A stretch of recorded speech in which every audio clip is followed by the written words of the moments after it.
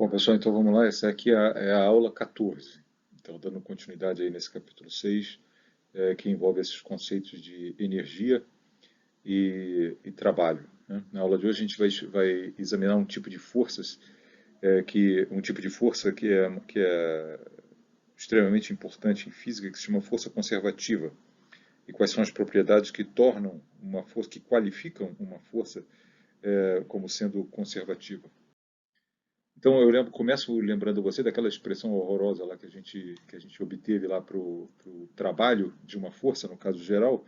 Então, se essa aqui é a trajetória que a partícula seguiu, e se durante essa trajetória aqui, uma determinada força mostrada aqui em amarelo estava atuando o tempo todo, quer dizer, em cada momento que a partícula estava aqui, ela estava aqui no início, depois estava aqui, tinha uma força agindo sobre ela, aqui tinha a mesma força assumiu uma outra direção e tal e coisa, então a força vai variando a princípio, né, à medida que você vai de um ponto até o outro.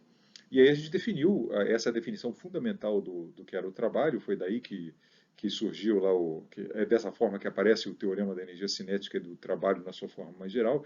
O trabalho da força F no deslocamento de A até B, quando você diz no deslocamento, você está dizendo nesse deslocamento específico, quer dizer, nesse caminho azul aqui. Talvez até tiver fazer uma referência aqui pode dar a impressão que você pode ir do A para o B de qualquer maneira, que esse seria o trabalho, mas não. O trabalho depende fundamentalmente do caminho, da trajetória no espaço. Se você sair do ponto A para o ponto B por esse outro caminho, em geral, o trabalho vai ser diferente. Então, o trabalho da força AB nesse caminho específico é a soma desses produtos escalares aqui. Em cada ponto do movimento da partícula, você tem que tomar o produto escalar da força vezes o pequeno deslocamentozinho. Aí guarda esse produto escalar. Depois calcula a próxima força e o próximo deslocamento. Guarda esse produto escalar e tal e coisa. Aí você soma tudo. E esse é o significado desse símbolo aqui, né? A soma desse bando de produtos escalares aqui. A gente só teve a ousadia de enfrentar essa coisa aqui num único caso, no caso onde essa força amarela aqui não variava, né? Era uma força constante, que nem a força peso, né? Aí, nessas circunstâncias, isso aqui, o trabalho assume uma forma incrivelmente simples, que é simplesmente o produto escalar do vetor força constante e a soma dos deslocamentozinhos é igual ao vetor que vai do ponto A até o ponto B. Né? Isso que a gente obteve. Mas, em geral, é isso que acontece. Em geral, o trabalho da força F é calculado dessa maneira e, em geral, ele depende da maneira como você vai do A para o B. Se eu calcular ao longo desse caminho, os vetores força que a partícula vai experimentar vão ser uns, né? Os deslocamentos vão ser aqueles que vão corresponder a essa trajetória específica, mas se você for por aqui, por exemplo, aí ele vai experimentar, possivelmente, outras forças, né? E os drzinhos vão ser todos diferentes, não há por que esperar que as duas integrais sejam iguais. Muito bem. Isso é o que acontece em geral. No entanto, tem uma categoria de forças que é muito presente em física, onde a integral do ponto A até o ponto B tem sempre, sempre, sempre o mesmo valor para qualquer caminho que vai de A até B. Quando isso acontece, esse tipo de força é considerado conservativo. É uma força conservativa. Então, esse aqui é o critério para você saber. Tal força é conservativa ou não é? O critério é esse. Você tem que examinar o trabalho dessa força entre dois pontos quaisquer do espaço e concluir que a integral o trabalho para ir do ponto A para o ponto B, em qualquer caminho, dá sempre a mesma coisa. E você tem que fazer isso, a princípio, para qualquer dois pontos do espaço. Dá a impressão que é uma tarefa impossível de examinar, né, se uma força é conservativa ou não é, mas lá em cálculo vetorial você vai ver um critério infinitamente mais fácil de você examinar, olhando a expressão da força vetorial F e saber de cara se ela é ou não é conservativa. Mas a gente não vai ver isso aqui. O nosso critério vai ser esse, embora não prático, né? É um critério que vai permitir, em dois casos só, que a gente vai examinar só dois tipos de força conservativas. Né? Forças constantes, que no fundo a gente já examinou, e vai aparecer na aula de hoje o caso da força de molas. Força de molas eu vou argumentar com vocês que é conservativa por causa desse critério que está aqui, porque a gente vai concluir que o trabalho da força da mola entre quaisquer dois pontos, quando uma partícula vai de um ponto A até um ponto B, sob a ação de uma mola, ela, e eventualmente até de outras forças, mas sob a ação de uma mola, o trabalho da mola, da força da mola, tem sempre o mesmo valor. Entende? Aí você vai concluir, a força da mola é conservativa. E daqui a alguns slides, um ou dois slides, eu vou mostrar para vocês que as forças constantes, as forças vetoriais constantes, dentre as quais a importantíssima força gravitacional, ela é conservativa também. Tá? Mas é isso, uma força é conservativa quando, professor? Quando o trabalho entre dois pontos, trabalho aquela coisa horrorosa lá, aquela integral cabeludíssima ali, né? Ela tem sempre o mesmo valor. Ela não depende do caminho, entende? Só depende do ponto inicial e do ponto final. Então, aqui, a demonstração. Né? A primeira categoria de forças conservativas que a gente vai ver na aula de hoje são as forças constantes. Né? E a última vai ser lá no final da aula de hoje, vão ser as forças devido a molas. Okay? Por que forças constantes são conservativas? Bom, o trabalho de uma força constante, aqui veja como eu escrevi. Eu escrevi a expressão genérica do trabalho entre o ponto A e o ponto B de uma força, mas aqui eu estou escrevendo que a força é um vetor constante. Ela não varia ponto a ponto. Né? E a gente já fez essa análise na aula passada, então como esse vetor aqui é constante, ele está sendo, você está tomando o produto interno, na verdade, desse vetor constante com a soma de todos os deslocamentos dr entre o ponto A e o ponto B. Mas quando você soma todos os deslocamentos, um vetorzinho na ponta do seguinte, tal e coisa, você obtém o vetor que vai do ponto A até o ponto B, que é a expressão vetorial dele, é RB menos RA. Né? Então está aqui o ponto A e o ponto B. O que quer dizer essa expressão matemática aqui? Quer dizer que se você inventar de calcular o trabalho dessa força vermelha constante, primeiro você tem que entender o que significa que a força é constante. Que quando a partícula está aqui, a força é essa força vermelha. Quando ela está aqui, é a mesma. Quando ela está aqui, é a mesma. Quando ela está aqui, é a mesma. Quando ela está aqui, é a mesma. Quando ela está em cima do ponto P, é a mesma. É isso que eu quero dizer. Né? A partícula está sob a ação de uma força que não muda, nem em tamanho, nem em orientação, nem em direção. Né? Então, quando eu calculo o trabalho dessa força constante entre A e B, ao longo do caminho amarelo, ou ao longo, eu vou calcular o produto vetorial da força constante, que é a que atua supostamente em todos os pontos aqui dessa trajetória, com esse vetor azul aqui, que é o deslocamento entre A e B. Se eu inventar um outro caminho qualquer, e a força F, né, é a mesma que age em todos os pontos desse caminho, aqui a força F, aqui a força F, aqui a força F, e calculo o trabalho desse negócio, eu encontro exatamente o mesmo resultado. Né?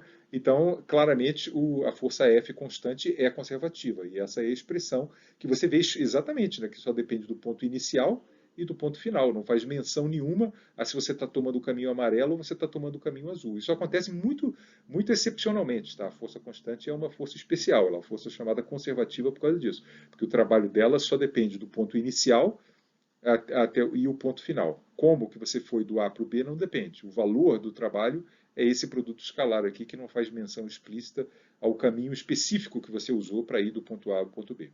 Agora considere o exemplo de uma força que não é conservativa, força de atrito cinético. Elas não são conservativas. Olha aqui a demonstração de que elas não são conservativas. Imagina que é uma força de atrito cinético numa linha. Né? Então você tem um blocozinho aqui em cima de uma mesa e ele está deslizando sobre a mesa, então ele vai do ponto A até o ponto B assim, né? E ele sente uma força oposta à velocidade dele, né? Que é para a esquerda, nesse caso aqui, né? Que é FK. O valor do FK aqui é constante, né? Porque ele é a normal, né? Que no caso de um deslocamento horizontal é o próprio mg, né? A normal é igual ao mg, vezes o coeficiente de atrito cinético entre o material do bloco e o material da mesa. Então é uma força constante, sempre oposta a esse deslocamento.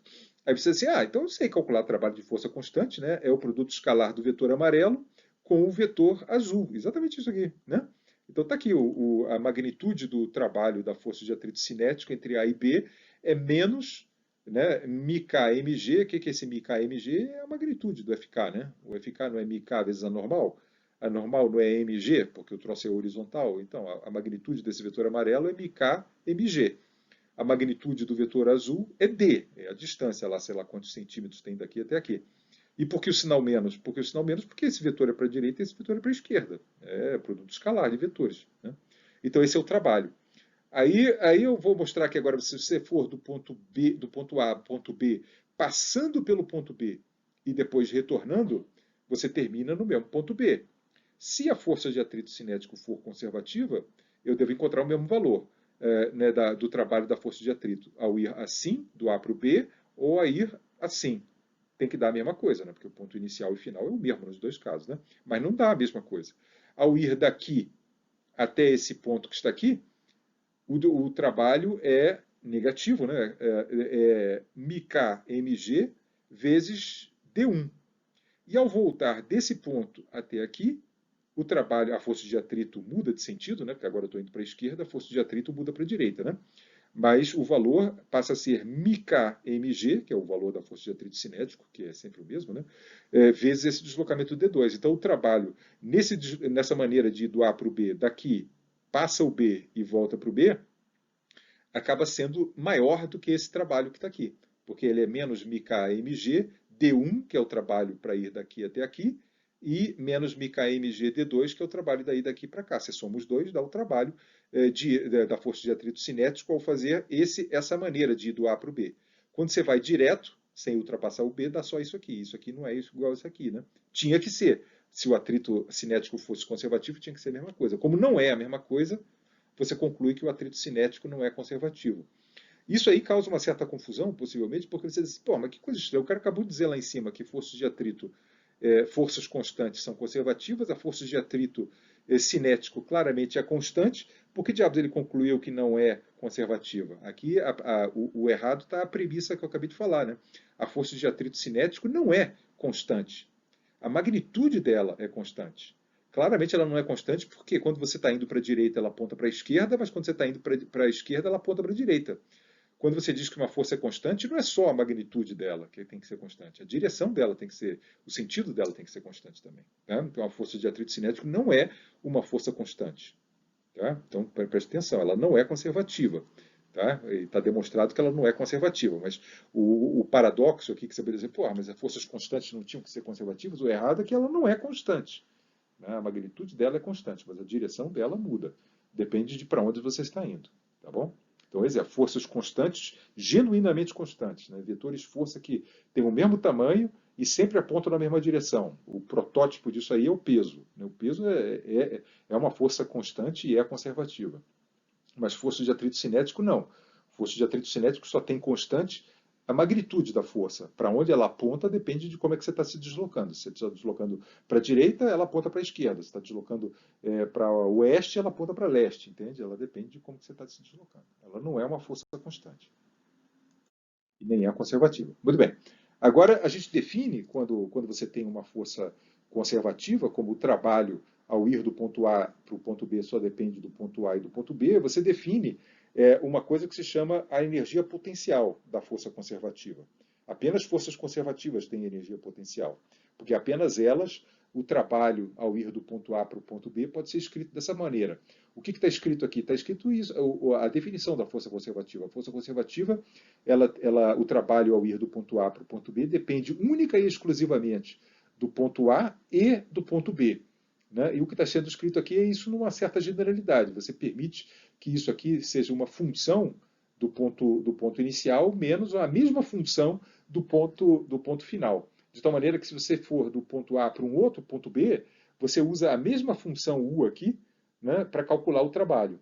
Mas só que aonde você vai avaliar a energia potencial é o ponto inicial aqui, entra aqui, é o ponto final. É meio estranho aqui porque você percebe que a energia potencial é calculada primeiro o ponto inicial, depois o ponto final.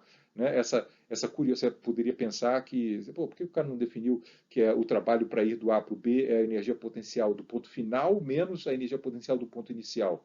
A razão pela qual se faz isso é porque aí você obtém uma conservação, uma lei de conservação de energia com um sinal legal, digamos assim, para a energia potencial. É por isso que se define dessa forma. Mas esse é o ponto. Toda força conservativa, o trabalho ao ir do ponto A para o ponto B só depende do ponto A e do ponto B, e pode ser lido da expressão geral do trabalho, você pode identificar quem é essa energia potencial aqui. Olha o exemplo aqui nosso.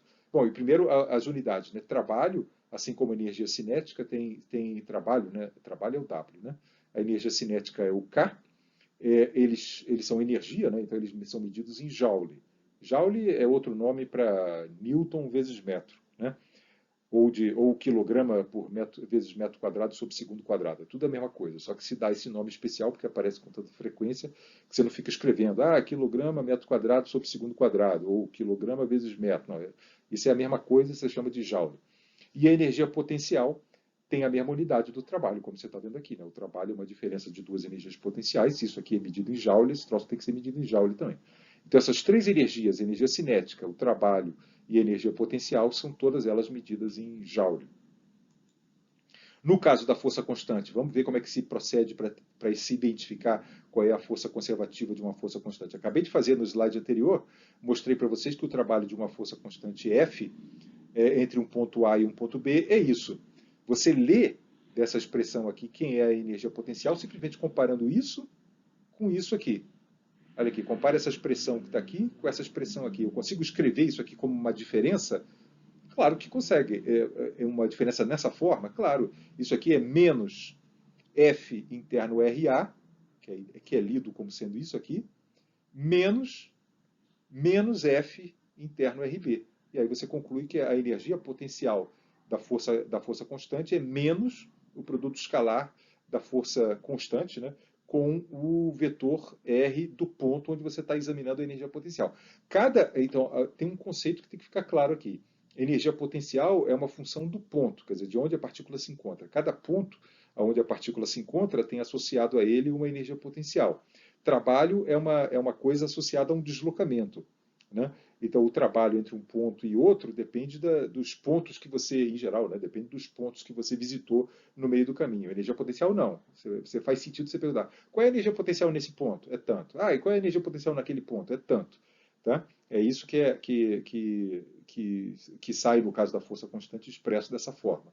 A função energia potencial de uma força constante é esse produto escalar aqui, menos o vetor constante F, seja ele quem for, da força constante que você quiser. Em geral, o F vai ser mg, né? Mas, enfim. Produto escalar com o ponto onde a sua partícula se encontra. Com uma expressão desse tipo, eu consigo calcular a energia potencial da força F em qualquer ponto do espaço. No caso da energia potencial gravitacional, né? No caso da energia potencial gravitacional, está aqui a energia, o F, né, o F do slide anterior, é m vezes g, onde g aponta para baixo, em direção à superfície da Terra. Né? O menos é por causa daquele menos que apareceu do slide anterior. Né? No slide anterior eu tinha menos F interno R, apenas eu estou trocando F por mg, só isso. Né? Essa é a energia potencial gravitacional. Em geral, você não vê isso escrito dessa forma, né? Mas, tecnicamente, é isso, que seria a expressão da energia potencial. Em qualquer ponto, você poderia calcular a energia potencial gravitacional. Você vê isso geralmente escrito da seguinte forma: você examina, você esmiuça um pouquinho mais esse produto escalar e aí aparece na forma como você provavelmente deve se lembrar lá do ensino médio. Se eu oriento um dos três eixos cartesianos para cima, aí esse produto escalar aqui fica escrito dessa forma. O G, né, o vetor G, aponta para baixo. Né? Se eu escolho o vetor K-chapéu para cima, o vetor G se escreve como menos 9,8 vezes K-chapéu, né? Porque ele tem que apontar para baixo, o G. Né? Isso é a física, né? O troço aponta para o chão. Né? Se eu escolhi o K apontando para cima, o vetor G ele se escreve em termos do K dessa forma. Né? E aí, o produto escalar do K com o vetor posição da partícula é a coordenada Z da posição da partícula, é a altura da coordenada Z. Né? Então, se eu troco aqui, no lugar desse G aqui, eu escrevo menos G vezes K, esse sinal menos junto com aquele sinal menos ali faz desaparecer, você tem Mzinho, Gzinho, o Gzinho é 9,8, e o K, né, o K-chapéu interno R. O vetor R é o vetor posição da partícula, né, em relação à origem lá que você escolheu. E aí, então, isso dá a componente Z desse vetor R. Isso aqui aparece como mais mgz, como provavelmente você já deve ter usado ali. A energia potencial da partícula pode ser escrita como mais mg vezes a altura, a coordenada z da posição da partícula. Não depende da coordenada x nem da coordenada y da posição da partícula, só depende da altura em relação ao piso de referência, digamos assim, de alturas. Né? No entanto, tem essa maneira de escrever de maneira escalar, digamos assim, tentando evitar aqui o produto escalar, eu escrevo isso dessa forma, mas tem um inconveniente. O inconveniente é que se você mudar o sentido do vetor k, né, você vai mudar a expressão aqui, porque quando você escolher o seu vetor k para baixo, o vetor g agora se escreve como mais 9,8 k-chapéu, né, porque o k-chapéu já está apontando para baixo. Né? E aí, quando você bota, quando o G, esse vetor G aqui fica escrito dessa forma, aí a energia potencial se escreve como menos mgz. Você tem que tomar só cuidado com isso. Se você trabalhar vetorialmente, você nem precisa se preocupar com para onde você aponta o seu vetor K aqui. Né? Mas se você resolver fixar o vetor K, aí essa expressão da energia potencial gravitacional assume um sinal específico aqui que você tem que ser um pouquinho cuidadoso ali. Mas, em geral, é tranquilo, porque você meio que sempre pode se lembrar que as duas versões, quer dizer, as duas versões orientando o eixo K-chapéu para cima ou para baixo, as duas versões dizem a mesma coisa. Elas dizem que quanto mais alto, quanto mais elevado em relação ao chão está um objeto, maior é a sua energia potencial gravitacional. Né? Os dois dizem a mesma coisa. Talvez seja mais natural, geralmente a gente orienta sempre o vetor K para cima. Isso aqui é o mais natural de acontecer, mas às vezes você bota para baixo. Né? Mas quando você bota esse aqui para cima, fica claro. Né? O Z, quanto maior é o Z, mais alto, maior é a energia potencial. Mas esse aqui está dizendo a mesma coisa, porque quanto mais alto, quando você orienta o troço para baixo, o Z fica cada vez menor, né? Então, o troço também vai aumentando de valor. Né? Então, a energia potencial gravitacional, independente de como é que você escolhe orientar o vetor K-chapéu, ela aumenta com a altura. Né? Se você tiver no térreo de um prédio, a sua energia potencial é uma coisa. Se você subir para o 10º andar, certamente a sua energia potencial gravitacional aumentou, independente de se você escolher o K-chapéu para cima ou para baixo. Agora sim, a conservação de energia. Por que eu tive que falar de energia potencial antes de falar de conservação de energia? Porque a conservação de energia envolve exatamente esse conceito da energia potencial. Primeiro, a conservação de energia só acontece quando as únicas forças que trabalham durante o deslocamento da partícula são forças conservativas. Então, o primeiro critério para você ver, será que eu posso usar conservação de energia? Isso é uma dúvida, muitas vezes, que você tem. Isso é um conceito absolutamente central.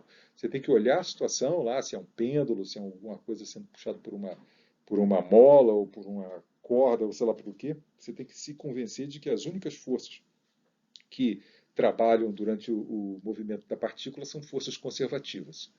Tá? Por enquanto a gente só conhece uma força conservativa, né, que é a força peso, mas depois, no final dessa aula aí, você vai ser apresentado uma outra força, que é a força de molas, né? Então você vai ter que se convencer em qualquer situação física que apenas a força gravitacional e a força da mola, de molas, eventuais molas, que efetivamente executam trabalho durante o deslocamento da partícula.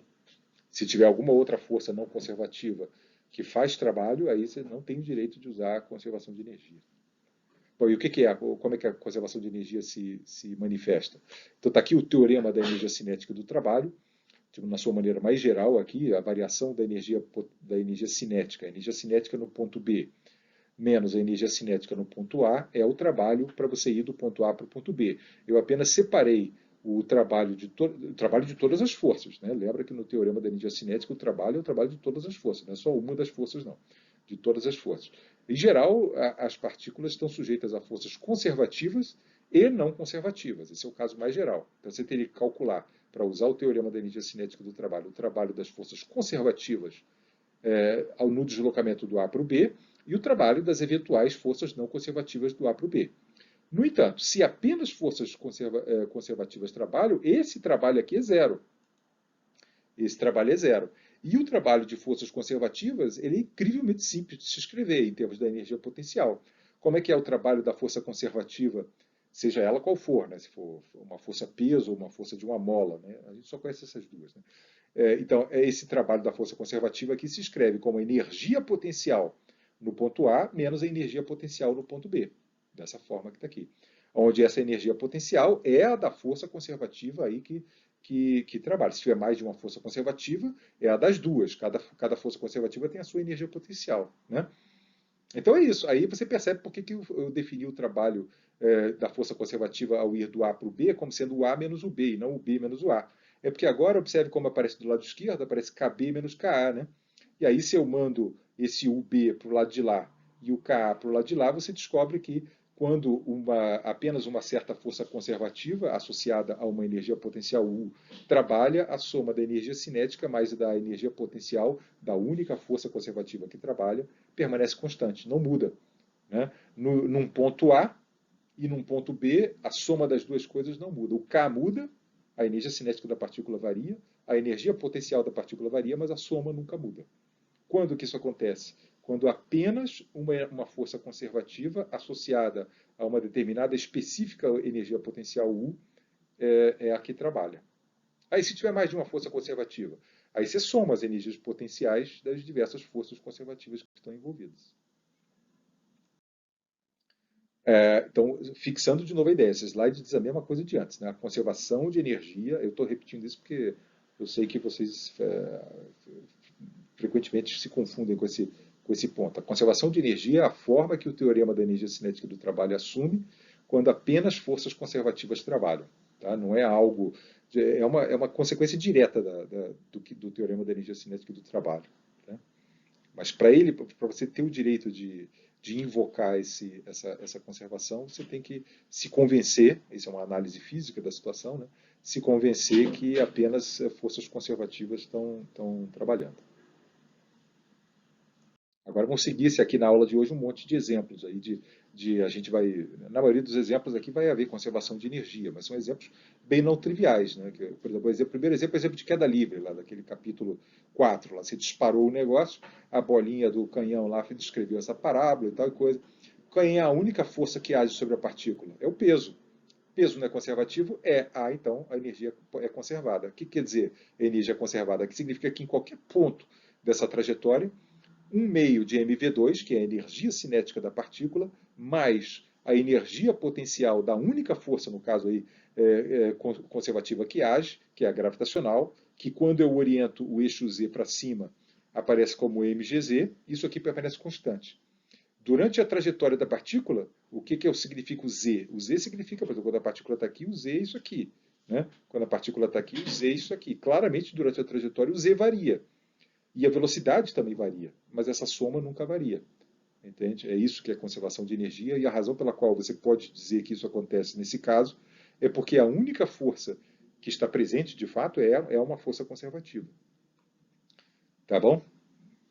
Ok, então agora o que isso aqui te ajuda? É uma consequência da equação de Newton, não tem nada de novo, essencialmente, em relação ao capítulo 4, lá onde a gente resolveu matematicamente a trajetória desse negócio. Num certo sentido, a gente já sabe tudo sobre esse movimento aqui. Eu só vou repetir algumas das coisas que a gente obteve lá naquela ocasião, com a expressão da trajetória, né, que a expressão da trajetória é tudo sobre o que acontece com o projétil. Né? Mas aí eu vou mostrar como que às vezes isso aqui constitui um atalhozinho para você responder a certas coisas. Né? Por exemplo, se eu perguntasse aqui qual o valor de H, a gente já respondeu isso lá, que a gente já sabe a expressão matemática dessa parábola e tal coisa, e sabe que o que aquela coisa ali tem de especial é que a velocidade na direção y é zero, aí você pega a expressão da velocidade na direção y e iguala a zero e tal coisa, enfim, descobre aquele tempo e descobre qual é a posição da partícula naquele tempo. Você pode fazer isso daquela maneira sem problema nenhum. Mas aqui, como é que isso aqui pode te ajudar para responder isso aqui? Qual é a energia cinética naquele ponto ali? Naquele ponto, a componente horizontal da velocidade é a mesma componente horizontal daqui, né? Então eu sei exprimir aquela velocidade em termos de V0, a magnitude do vetor de lançamento, velocidade de lançamento, e o ângulo de inclinação. Isso aqui, a magnitude desse vetorzinho aqui, é V0 cosseno θ. Ok? Então, eu posso escrever isso aqui, que a energia cinética nesse ponto, 1/2 de mv0 ao quadrado, né? Eu escolhi o zero dos Z's exatamente nesse ponto, então ele não tem energia potencial gravitacional nesse ponto. Né? Então, a energia cinética nesse ponto, mais a energia potencial desse ponto, que é zero, tem que ser igual à energia cinética naquele ponto, que é isso que eu escrevi aqui, ó. Tá vendo aqui? 1/2 de m e o meu conhecimento de que naquele ponto lá em cima a velocidade se escreve como V0 cosseno θ ao quadrado. E a energia potencial naquele ponto envolve exatamente o que eu quero saber, que é o h, né? Não é isso que é a altura naquele ponto? É o h, aqui o z igual a h. Por isso eu escrevi mgh. mgh é a energia potencial no topo da trajetória. Isso é igual a isso. Ok? Aí você resolve aí para o h, você encontra aquela expressão lá que a gente encontrou no capítulo 4. Para o h em termos da velocidade de lançamento e do ângulo de lançamento. Né? E o tempo de subida? Qual é o tempo de subida? Quanto tempo leva para chegar daqui até aqui? Isso é uma coisa que eu vou enfatizar e que o teorema da energia cinética, o teorema da conservação da energia, te ajuda em algumas coisas. Mas qualquer pergunta associada a tempo, em geral, ela não ajuda em nada, porque como você vê aqui, não aparece tempo em lugar nenhum aqui. Se você quer saber quanto tempo durou tal e qual trajetória, você vai ter que resolver as equações de Newton. Não tem jeito. Tá? Agora, um outro problema, a rampa sem atrito. A gente também já examinou esse problema. Imagina que você solta aqui a rampa aqui, a partícula vai descer aqui essa rampa que termina num loop e você solta ela com altura zero com velocidade zero de uma altura h. E eu quero saber qual é essa altura aqui, qual é a menor altura que você tem que soltar aqui o seu carrinho aqui para que ele consiga dar o loop sem executar o loop, quer dizer, para que ele consiga não chegar aqui e soltar, né? Mas sim chegar lá em cima e dar o loop, né? Enfim, permanecendo em contato com a pista. A conservação de energia pode ser usada nessa circunstância? Aí como é que você examina? Bom, que forças que estão agindo sobre essa partícula? Peso, só o peso? Não, peso e a normal da pista, né? A normal da pista, mas não tem atrito, né? Peso e normal. Aí você, pô, o peso é conservativo, mas a normal ele não falou nada, eu acho que não deve ser conservativa. Sim, não é conservativa, não. Realmente não é. No entanto, ela não trabalha. Lembra de que o peso e a tensão da corda num pêndulo, por exemplo, nunca trabalham, porque o deslocamento é sempre ortogonal à força normal. Embora a normal não seja conservativa, ela nunca trabalha. Então é isso que foi a nossa exigência para usar a conservação de energia, que as únicas forças que trabalhem sejam conservativas, que é exatamente o caso da rampa sem atrito. Tem força não conservativa? Tem a normal sim, mas ela não trabalha. Então você pode garantir que um meio de mv2 mais a energia potencial da força gravitacional permanece constante. O V varia, o Z varia, mas essa soma que está aqui não varia. Igualzinho ao caso da queda livre. A diferença dos dois é que no caso da queda livre só tem a força-peso mesmo. E aqui nesse caso tem a força-peso e mais uma força não conservativa, só que essa força não conservativa não trabalha. Então, do ponto de vista da conservação de energia, é a mesma coisa. Entende? Então, como é que eu respondo? Qual é a menor altura para que o bloco execute o loop? Bom, a gente viu na aula passada que a velocidade com que ele entra no loop aqui tem que ser pelo menos maior do que raiz quadrada de 5GR, né? Onde o R é o raio do loop e o G é o 9,8. Né? Então, a velocidade aqui tem que ser raiz de 5GR ou maior, para que ele consiga. Né?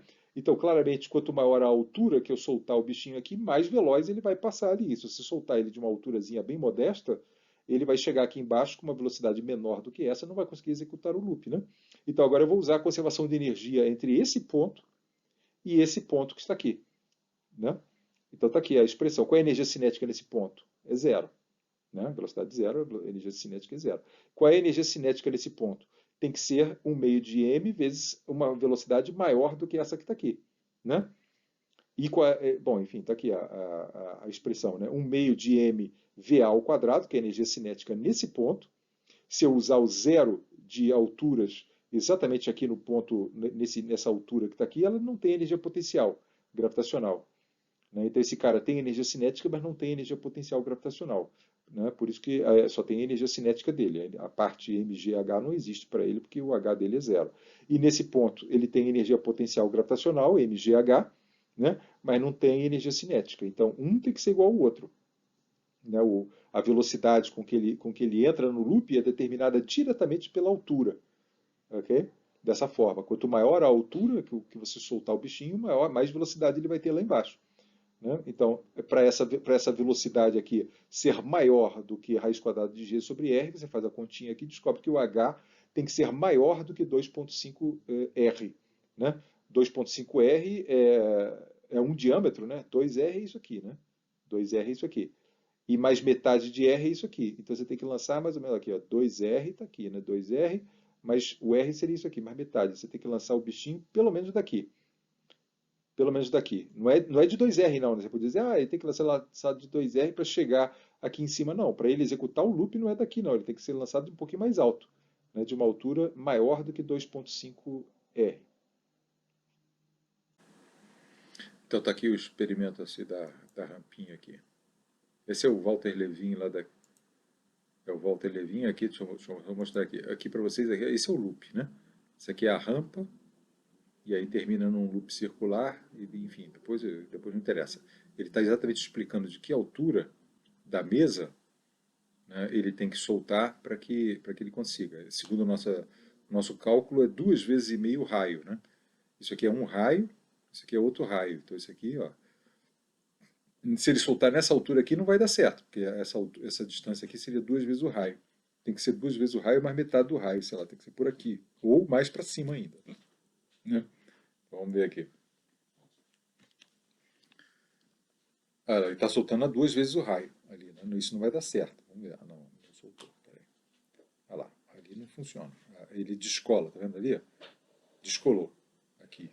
Agora mais alto, descolou ali. Mais alto ainda, quase chegou, né? Aí agora 2 vezes, aí tá mais do que 2 vezes e meia, né? Ele também exagerou para garantir que ia funcionar, né? Mas se fosse o troço fosse realmente sem atrito, bastava 2 vezes e meia dois raios e meio, né, de altura em relação ao ponto mais baixo, né? Você entendeu, né? 2R é aqui mais ou menos, mais meio R, sei lá, daqui para cima o negócio ia funcionar. Agora o pêndulo simples. Quais são as forças que há? Pêndulo simples é isso, né? A massa presa a um fio e descreve uma órbita circular aqui. Ele está sob ação apenas do mg, né, e da força de tensão do fio, mas a força de tensão do fio, que nem a força normal na rampa, ela nunca trabalha, conforme a gente já argumentou na aula passada. Então, então a força peso para baixo aqui é a força de tensão no fio, é sempre ortogonal ao círculo que é a trajetória da partícula, então ele nunca trabalha. Então segue que a energia cinética mais a energia potencial da única força conservativa que trabalha, que é o peso, permanece constante. O Z aqui é a altura, né, a altura em relação a uma referência, né? É mais mgz aqui porque eu escolhi o Z crescendo para cima, né? Por isso que é mais mgz, não é menos mgz. Então o Z varia, a altura, aqui tá vendo aqui, ele está mais alto e aqui está mais baixo. O Z desse cara aqui é maior do que o Z desse cara aqui. E a velocidade varia também. Aqui o pêndulo é solto parado e ali embaixo ele passa com uma certa velocidade. Né? O V varia, o Z varia, mas a soma nunca varia. Isso é a conservação da energia cinética. Então, se você solta o pêndulo em repouso com um θ de sei lá quantos graus aqui, né? Qual vai ser a velocidade com que ele vai passar ali no ponto mais baixo? Como é que você poderia responder a isso usando a conservação da energia cinética? Se você soltar o pêndulo em repouso no ângulo θ, qual será a velocidade no ponto mais baixo? Então eu vou escolher a referência, o zero, né, de z igual a zero como sendo no ponto mais baixo, por mera conveniência, e eu vou ter que saber calcular a altura z, né, essa distânciazinha aqui, eu vou precisar calcular do ponto de lançamento. E ele no ponto de lançamento a velocidade dele é zero. Né? Então a conservação de energia se escreve assim, no ponto de lançamento, desculpe, aqui embaixo, né? Esse ponto aqui embaixo, como z é igual a zero, não tem energia potencial gravitacional, mas tem energia cinética. Então, 1 meio de mv2 e a energia potencial é zero. E nesse ponto do lançamento, ele não tem energia cinética, mas tem energia potencial. E esse L menos L cosseno θ é esse tantinho aqui. É esse tantinho aqui. Isso aqui é o Z desse ponto aqui. Entende? Você pode fazer a álgebra aqui, ó. Tá vendo aqui esse triângulo retângulo aqui, ó? Olha esse triângulo retângulo aqui. A hipotenusa dele é L, né? Então isso significa que esse cateto aqui, até esse ponto aqui, é L cosseno θ. Né? Então esse tantinho aqui é o L todo subtraído do L cosseno θ, daí que vem essa coisa. Né? Então tá aí, essa é a magnitude da velocidade em termos do θ. Se você quiser saber qual é a velocidade com que ele é solto, por exemplo, quando você solta ele a 90 graus, quando esse θ aqui inicial, aonde ele estava parado era 90 graus, você bota aqui 90 graus, né? O cosseno de 90 graus é zero, né?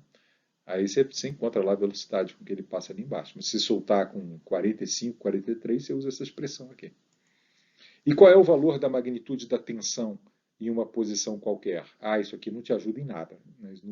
Não faz-se nem menção à força de tensão. Então essa pergunta não adianta, você não consegue resolver usando apenas a conservação de energia cinética. Mas eu vou ensinar aqui usando, você vai ter que usar a equação de Newton, né? Mas aí eu vou te mostrar como é que você encontra essa pergunta altamente não trivial. Essa pergunta é altamente não trivial porque, talvez contrariamente ao que você possivelmente imaginava, a tensão, o quanto o fio está esticado, está tensionado num movimento pendular, ele não é constante de maneira absoluta. Né? À medida que o pêndulo, como a gente já vai ver, ele vai descendo aqui, né? A tensão, o tensionamento do fio fica cada vez maior. Né? Ele não é o mesmo o tempo todo, não. De jeito nenhum, não é. Né? Vamos mostrar como é que ele varia com o ângulo, como que a tensão varia no ângulo. Isso por referência a esse aqui, a tensão no pêndulo, né? Eu vou responder essa pergunta com o auxílio da equação de Newton. Só a conservação de energia não adianta. Então está aqui o problema. Isso é um probleminha tirado lá do listo, é o problema do Tarzan. O Tarzan e a Jane aqui, eles saem em repouso aqui de uma margem do rio aqui e querem cruzar a margem do. Imagina que tem um rio aqui no meio do caminho, né? E ele quer cruzar aqui para outra margem do rio numa outra altura aqui. O cipó aqui tem L, é um movimento pendular, né? A informação é que a massa do conjunto aqui é 150 kg e a tensão que o cipó aguenta, a máxima é 2.000 kN. Aí ele quer saber se o cabo, se o cipó vai arrebentar no meio do caminho ou não vai. Aí a questão é, você vai precisar calcular em todos os pontos aqui no meio do caminho qual é a tensão do cipó para saber se em algum ponto aqui o cipó vai ter uma tensão, vai ter um tensionamento superior a 2.000 newtons, em cujo caso ele vai se romper. Né? Lembra que todos os cabos eles têm um limite de tensão que eles aguentam, né? Eles se rompem. A estrutura do cabo só aguenta até uma certa tensão. Né? Então, como é que a gente vai precisar saber aqui quando os dois, o Tarzan e a Jane estão nesse ângulo aqui, né? Eles são soltos, eles saem a 60 graus. Imagina que com a vertical, a orientação aqui inicial aqui é 60 graus. Eu quero saber, para poder, numa posição genérica aqui do movimento pendular, qual vai ser a tensão do fio, né? É isso que eu vou querer usar. Durante o movimento, isso é um pêndulo mesmo, né? Só existe a tensão e o peso. Né? Então você vai poder usar a conservação de energia sim, mas só que só ela não vai te responder. Né? Aqui nesse ponto aqui, por exemplo, eu tenho as duas únicas forças que agem sobre o grupo aí. Né? A tensão do cipó, que puxa, né? Uma corda só puxa ele já naquela direção, e essa é a velocidade deles, né? Tangente ao círculo, né? A curva circular aqui que eles estão executando. A velocidade muda com o passar com a trajetória, claro, aqui é parado, ele vai ganhando velocidade, ganhando velocidade, ganhando velocidade, até que aqui embaixo ele assume aquela velocidade que nós calculamos, inclusive, no slide precedente. Né? E a outra força é o mg. Tá aqui, as duas únicas forças são essas aqui, e essa é a velocidade do objeto. Essa velocidade aqui, eu posso usar o teorema da conservação de energia para calcular. Né? É uma coisa que eu consigo responder. Olha aqui, o deslocamento aqui o vetor de deslocamento ΔR aqui, né, desse ponto onde eles estavam parados até esse ponto onde a energia cinética deles é a energia cinética associada à velocidade que eu quero conhecer, né? Eu posso usar ali a conservação de energia, ou o teorema da energia cinética do trabalho. Você pode ver isso aqui das duas maneiras. Né? Isso é o teorema da energia cinética do trabalho e é também a conservação de energia. 1 meio de m v θ ao quadrado é a energia cinética nesse ponto. Né?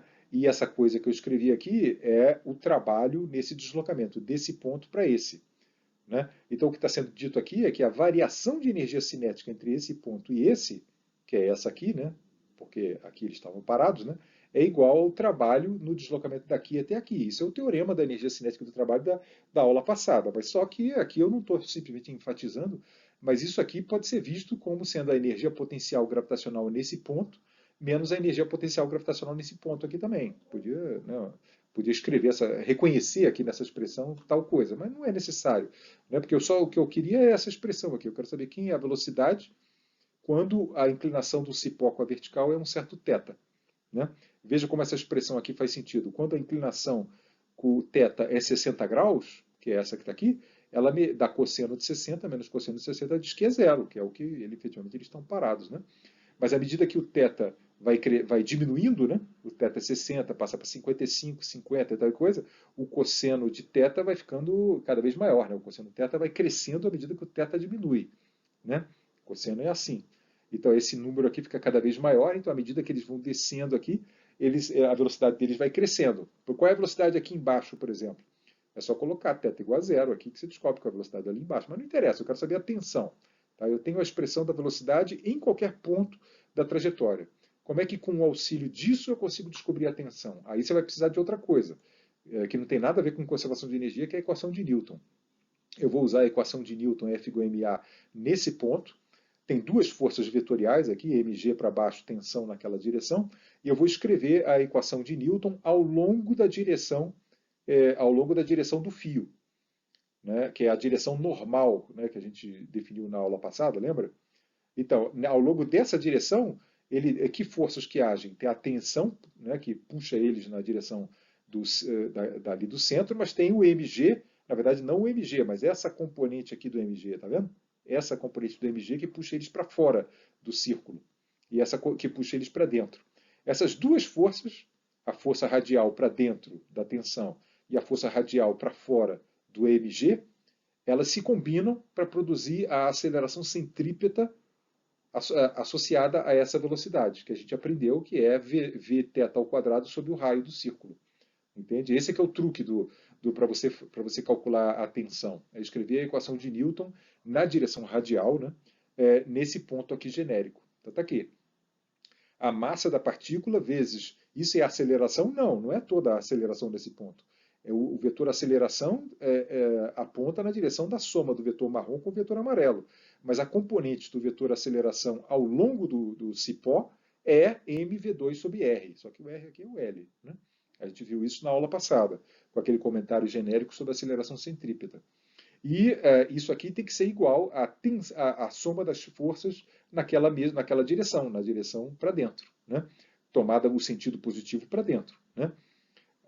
Então, está aqui a tensão, né, naquele ponto, ela entra inteira, né, e o mg não entra inteiro, né, porque o mg é vertical para baixo, mas eu só quero essa componente aqui.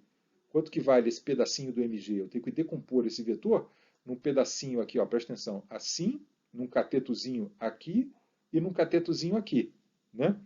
Aí você vai ter que usar aqui com cuidado, identificar nesse triângulo, retângulo aqui, onde é que está o θ, e reconhecer que esse tantinho aqui, esse catetozinho aqui, é mg cosseno θ. Você vai ter que reconhecer que o θ, aquele mesmo θ aqui, ele está aqui, ó, aqui nesse catetozinho aqui, ó, tá vendo? Aqui é o triângulozinho retângulo aqui. O mg é a hipotenusa, tá? Tem esse catetozinho aqui, mg cosseno θ, e aquele outro cateto que eu não estou interessado ali, que é mg seno θ, tá bom? Então, t menos mg cosseno θ tem que resultar na aceleração centrípeta, não é a aceleração total, é só um pedaço da aceleração que está associada a essa velocidade. Agora, com essa equação advinda da conservação da energia, ou do teorema da energia cinética do trabalho, e isso aqui vindo do Newton, eu consigo eliminar o Vθ dessa equação e relacionar diretamente a tensão, que é o que eu quero descobrir, com o ângulo aqui. Então, em qualquer ângulo aqui que você vai me fornecer, eu sei que a tensão é essa aqui. Né? Para qualquer ângulo, eu descubro qual é o valor do tensionamento do cabo. Entende? Fazendo essa ação combinada aqui do teorema da energia cinética do trabalho, que sozinho não consegue me responder essa pergunta, e a equação de Newton. Entende? Então está aqui. A tensão no cipó, quando a inclinação com a vertical aqui é θ, é essa que está aqui. Tá certo? Então, contrariamente, talvez... Aí vamos ver qual era a tensão no cabo ali quando eles pularam. Será que era zero? Não, não era zero. Curiosamente, para iniciar o movimento curvo, ele precisava já ter alguma tensão. Então, se você coloca aqui θ igual a 60, você vê que está em 3 cosseno de 60 menos 2 cosseno de 60, isso não é zero. A tensão no cabo ali é alguma coisa, mesmo no início. Né? Mas à medida que o θ vai diminuindo, de 60 para 55, para 50, para 40 e tal coisa, o cosseno vai crescendo. E a tensão vai ficando maior, cada vez maior. Né? O maior valor da tensão de um pêndulo é exatamente aqui no ponto mais embaixo. Né? A tensão de um pêndulo não é constante. Você está vendo isso explicitamente aqui. Aí, essa é a expressão para um pêndulo que é solto em repouso a 60 graus. Né? Mas essa é a expressão que vale para qualquer pêndulo, que a tensão num pêndulo não é constante. Mas você conseguiu manobrando aqui, usando o teorema da energia cinética do trabalho e a equação de Newton, você conseguiu descobrir como que a tensão varia. Né? Aí a pergunta é, será que em algum ângulo aqui, algum ângulo θ, essa tensão ela vai crescendo, né? Aqui ela vale, sei lá quanto, que eu tenho que botar aqui, ó, 1.500 newtons, né? O mg dos dois ali, né? Botar aqui 60 graus, eu posso descobrir qual é a tensão inicial. Provavelmente essa tensão inicial o cipó aguenta, né? Mas à medida que eles vão descendo, o cipó vai sendo exigido, talvez tenha um ângulo aqui onde ele atinja 2.000 newtons. Se ele atingir 2.000 newtons no meio do caminho, o cipó arrebenta, eles não conseguem atravessar. Né? E de fato acontece isso. Quando o ângulo que faz o ângulo θ, que faz a tensão ser igual a 2.000 newtons, é 38 graus. Quando esse ângulo aqui é 38 graus, bem antes de chegar no ponto mínimo ali, o cipó vai arrebentar. Entendeu? Esse aqui é o ponto. Aqui embaixo, por exemplo, que é o ponto de tensão máxima, você descobre qual é a tensão que o cipó teria, né? Teria que ter, né? Você bota 90 graus aqui, né? E descobre que a tensão em 90 graus seria bem maior do que 2.000 newtons, seria 2.940 newtons. Então, para eles fazerem isso aqui, o Tarzan ali teria que ter escolhido um cipó que aguentasse pelo menos uma tensão de 2.940 newtons. Porque é isso que vai ser exigido do cipó no ponto mais embaixo da trajetória. Quando eles fizerem assim, ó, tensão está crescendo, crescendo, crescendo, crescendo, crescendo, 2.940. Aí depois vai diminuindo, diminuindo, diminuindo, até lá em cima. Então o cipó que ele vai ter que usar tem que aguentar pelo menos 2.940. Você consegue prever se a operação vai dar certo ou não vai dar certo, né, fazendo o cálculo aqui dessa tensão. Né? Entendeu? Agora, um problema onde a energia, já vimos aí, pêndulo, rampa sem atrito e tal coisa. Agora, rampa com atrito. Bom, na rampa com atrito são três forças. O peso, que é conservativa, a normal, que não é conservativa, mas não trabalha, então é totalmente inocente, e o atrito. O atrito é uma força não conservativa que trabalha. Então, com a rampa com atrito, infelizmente, isso aqui não permanece constante. Você não tem o direito de usar conservação de energia. Ok? Porque existe uma força não conservativa, quer seja o atrito, que trabalha. Entende? Então, problemas com atrito são mais complicados. Rampas com atrito, você não tem o direito de usar que um meio de MV2 mais MGZ permanece constante. Você só pode usar isso quando não há atrito. Né? Então, a pergunta que ele faz aqui significa que não dá para responder? Bom, nesse caso aqui dá, porque ele diz que só tem atrito na região plana aqui da trajetória. O bichinho desce aqui uma rampa sem atrito, nessa região marrom aqui não tem atrito. Então, daqui até poderia usar a conservação de energia, né? Porque só tem força normal e peso, daqui até aqui. Força normal no trabalho, né? Acontece que daqui até ali só tem força de atrito. Aí você não vai dar para usar conservação de energia. Não dá, mas a força de atrito, como ela num deslocamento simples assim, né? A gente consegue calcular o trabalho dela porque ela é uma força de magnitude constante. Num deslocamento num sentido único aqui, ela sempre aponta para a esquerda. Então dá para calcular o trabalho da força de atrito. Então eu posso usar o teorema da energia cinética do trabalho. Não é né, quando o teorema é usado com uma força não conservativa, é simplesmente o teorema. Não está usando energia potencial de nada, porque o atrito não tem energia potencial associada a ele. Né? E eu consigo responder qual é a distância que a partícula percorre até parar. Então ele é solto ali, vai ganhando velocidade à medida que vai descendo, né? Aí entra na região com atrito aqui com uma certa velocidade, e aí ele passa a ser agido sobre ele o atrito para a esquerda, né? E eventualmente ele para. Né? Que distância ele percorre até parar? Né? Podemos usar aqui o teorema lá, o peso e o deslocamento. Olha o deslocamento aqui, né? O trabalho do peso eu sempre consigo calcular, isso é fácil, né? O produto escalar do mg para baixo, né? Com o vetor de deslocamento. O produto escalar desse vetor verde com esse vetor azul aqui é mg vezes h. Né? Todo mundo já entendeu nessa altura esse negócio. Né? Esse vetor verde aqui tem magnitude mg, esse vetor ΔR vezes o cosseno daquele negócio ali, o que é necessário para tomar o produto escalar, né? Dá exatamente o h. Né? Então, o trabalho da força-peso ao ir daqui para cá é H, mgh. Né? Então, está aqui a expressão. Nesse deslocamento aqui, e apenas aqui nesse trecho preto aqui que eu estou assinalando, daqui até aqui, né, tem essa força constante FK. Como o deslocamento é na horizontal, aí eu sei tanto a direção quanto o sentido da força de atrito. Né? A direção e o sentido da força de atrito, porque o movimento é horizontal, a normal é igual a mg. Aí, nesse caso, nessa circunstância, para deslocamentos em linha reta, né, na horizontal, aí o FK é facinho. Né? O FK ele vale o coeficiente de atrito cinético MK vezes a normal, que no caso aqui é mg. Né? Então, esse vetor força, nessa circunstância, eu sei calcular. Né? Então, eu consigo calcular, usar o teorema. Né? Energia cinética aqui, que é zero, está aqui, menos a energia cinética aqui, é o trabalho de todas as forças. O trabalho do peso ao ir daqui até ali é o mg ΔR, que é mgh, né, no final das contas. E o trabalho da normal ao longo de todo esse deslocamento é zero, porque a normal nunca trabalha. E o atrito só existe daqui até aqui. Né, mas, por sorte, eu consigo calcular, nesse caso aqui, o trabalho do atrito. É menos a magnitude do atrito, que é mkmg, vezes o deslocamento. Por que esse menos aqui? É porque o produto escalar do FK com o vetor D, né, o FK é para a esquerda e o vetor D é para a direita, por isso que tem um sinal menos ali. Trabalho do peso, trabalho do atrito. Eles são as únicas duas forças que trabalham e eles têm que explicar a variação de energia cinética observada. Isso é o teorema da energia cinética do trabalho. Isso aqui não é energia potencial, não é diferença de energia potencial, porque o atrito não tem energia potencial. Isso aqui você pode ver como sendo a energia potencial da massinha aqui, mgh, né? Menos a energia potencial da aqui, seria se você escolhesse Z igual a zero. Né? Mas é o teorema da energia cinética do trabalho, está aqui. A expressão, isso é o mgh, né? E você descobre que a distância, essa distância aqui que ele percorre até parar é a altura de onde ele foi lançado, dividido pelo coeficiente de atrito ali, né? E se tivesse atrito na rampa?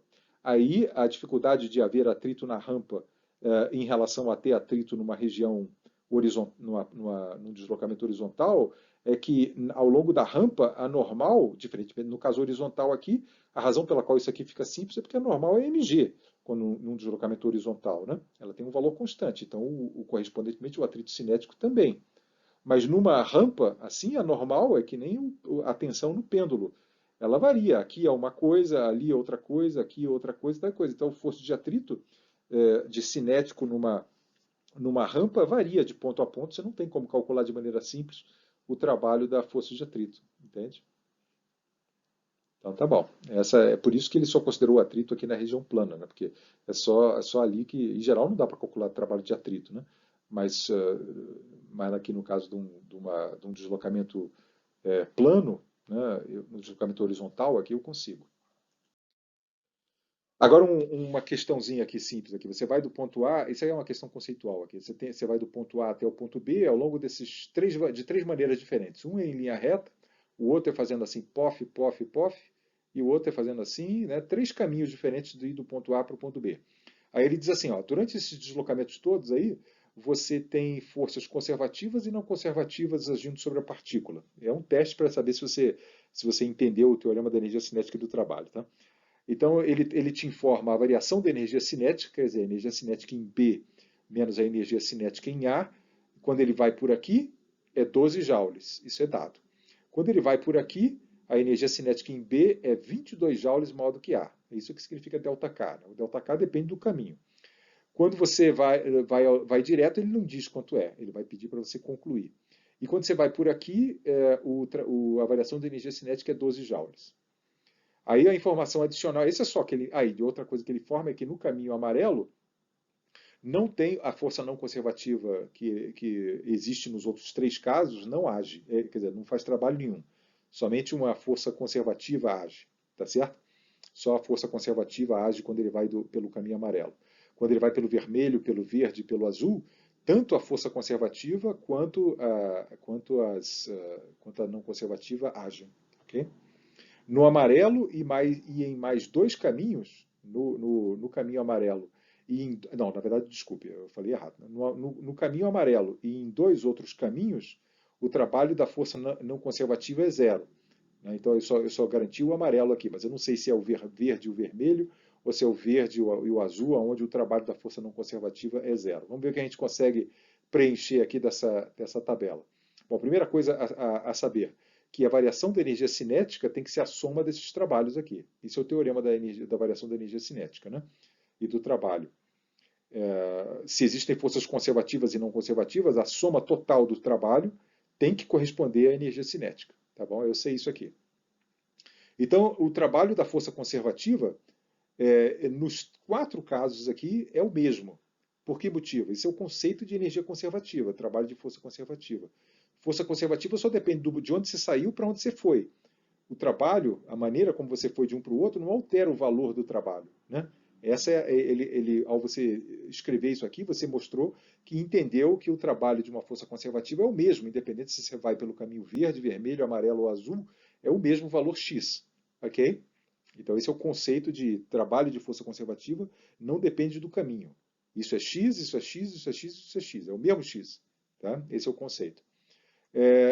Nos três caminhos conservativos, nos três caminhos que são puramente conservativos, são aqueles onde não tem força não conservativa, a variação de energia cinética, por ser igual ao trabalho da força conservativa, ele tem que ser o mesmo. Tem três caminhos aqui, desses quatro, que são puramente conservativos. Então, nesses três caminhos que são puramente conservativos, só a força conservativa trabalha. Como é o mesmo trabalho, então ele tem que corresponder à mesma variação de energia cinética. Né? Então, qual é a conclusão aqui? Esse caminho vermelho aqui é o que tem uma energia cinética, uma variação de energia cinética diferente do verde e do azul. Então, como três desses caminhos têm que ter a mesma variação de energia cinética, você conclui que a energia cinética desse amarelo aqui tem que ser 12 joules, necessariamente, porque três deles têm que ter a mesma variação de energia cinética. Né? Porque em três deles apenas forças conservativas agem. Tá? Então eu concluo que esse cara aqui tem que ser 12. Ó, então os caminhos puramente conservativos são o verde, o amarelo e o azul. É só no caminho vermelho que a força não conservativa trabalha. É só aqui, esse cara. Esse aqui é zero, esse é zero. Tá? Esse aqui é zero, é zero. Só esse cara aqui tem um trabalho de força não conservativa diferente de zero. Pronto, agora eu consigo descobrir as coisas? Consegue, né? 12 joules tem que ser igual a x mais 0 joules, então x é 12 joules. Mas não só esse é 12 joules, esse é 12, esse é 12, esse é 12. Não é verdade? Então, o x é 12 joules, necessariamente.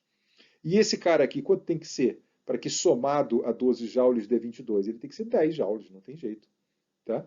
Então, completei a tabelinha. Né? Tá? Ele usa o conceito de que esse conceito aqui de todos esses trabalhos aqui são iguais, é o conceito de que o trabalho da força conservativa só depende dos pontos. Né? Então tem que dar o mesmo valor. E aí tem as peculiaridades do problema, né? Que em três dos quatro caminhos aqui o trabalho era puramente conservativo, então a variação de energia cinética tinha que ser a mesma. Né? Em vista do fato de que o trabalho ia ser o mesmo, né? Ia ser x, tá vendo? Aqui o trabalho é x aqui, o trabalho é x aqui, o trabalho é x, então a variação de energia cinética tinha que ser a mesma. Aí, como uma deles era 22, eu concluí que esse aqui era 12. Né? Isso é uma peculiaridade aí do problema, né? Mas enfim, em termos de conceito mesmo, a única coisa que está sendo usada aí são dois. Trabalho de força conservativa entre dois pontos é sempre o mesmo, e a soma do trabalho das forças totais, conservativas ou não conservativas, tem que resultar na variação de energia cinética. 12 mais 0 dá 12, 12 mais 10 dá 22, 12 mais 0 dá 12, 12 mais 0 dá 12. Ok? Então, esse probleminha aqui. Outro problema aqui, rampa sem atrito. Também conserva a energia cinética, né? Só tem peso e normal, normal nunca trabalha, então a energia cinética mais potencial gravitacional permanece constante. Por que mais mgz? Porque eu estou escolhendo z positivo para cima. Você solta o bichinho aqui com velocidade zero, ele vai fazer zoom, zoom, vai fazer esse movimento aí. A pergunta é, ele vai conseguir passar pelas quatro elevações? Será que ele vai conseguir passar pelas quatro elevações? Bom, se a energia, se a velocidade dele aqui é zero, a maior altura que ele vai conseguir chegar é essa que está mostrada aqui com o traço de jarra aqui. Por que motivo?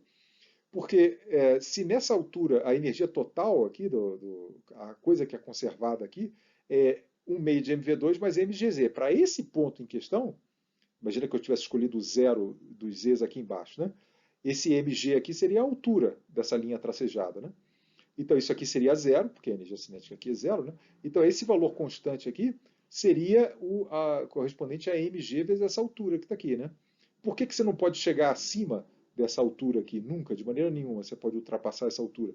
Porque a energia cinética é uma quantidade estritamente positiva. Esse mgz não, ele pode ser positivo ou negativo, né? Mas um meio de mv2 não tem jeito, é um troço positivo, né? Então, esse número, se esse número aqui, a soma desses dois caras aqui, ele é igual a mgh, né? Esse z que está aqui, que é a altura que o objeto pode atingir, nunca vai poder ser maior do que mgh, porque isso demandaria um valor de energia cinética negativo, que não pode, entende? Então, se você solta em repouso o cara daqui, ele pode chegar aqui? Pode. Aqui ele pode. Aqui ele também pode. Mas aqui ele não pode. Ele não pode chegar nem parado aqui, né? Porque aqui a energia potencial dele seria, imagina que ele chegasse aqui parado, né? A energia potencial gravitacional dele seria maior do que essa energia potencial. De onde é que veio essa energia? A energia tinha que ser conservada. Né? Então ele não passa pelas quatro elevações, não. Essa aqui ele não passa.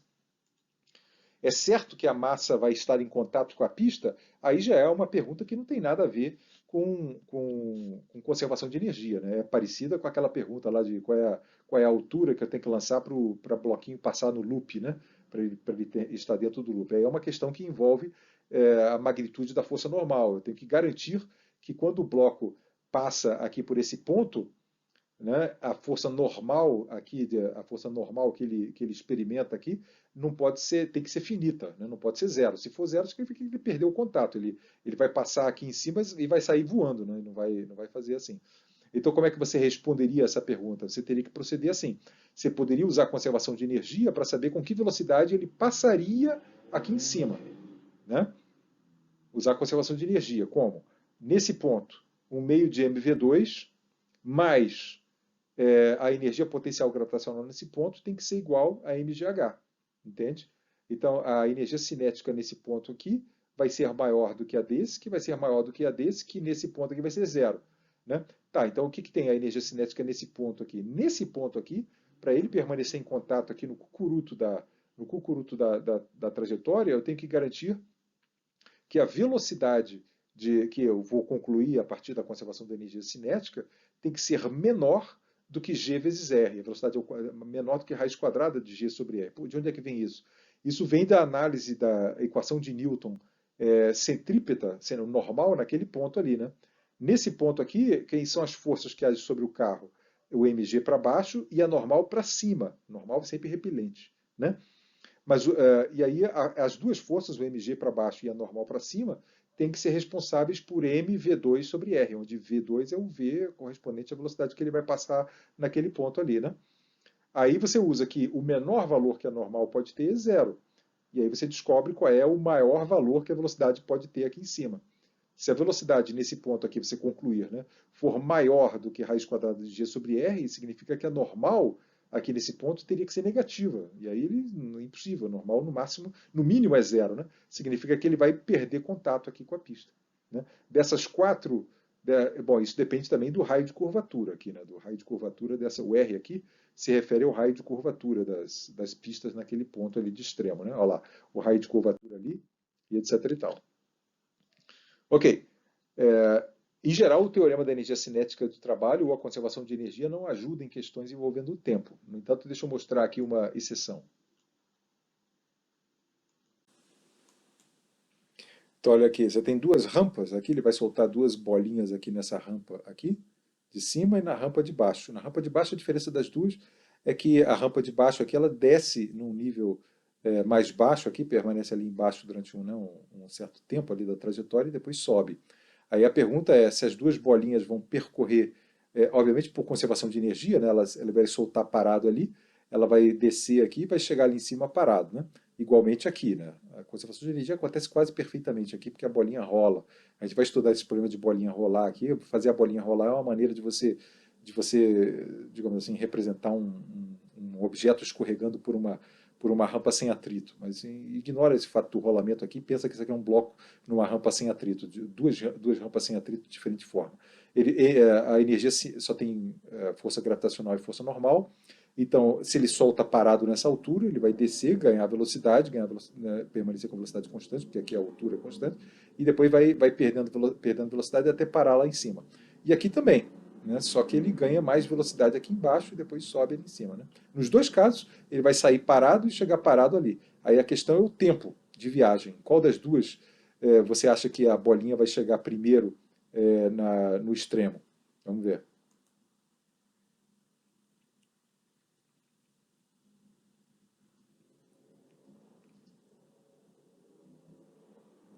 A bolinha chega primeiro olha lá, em câmera lenta.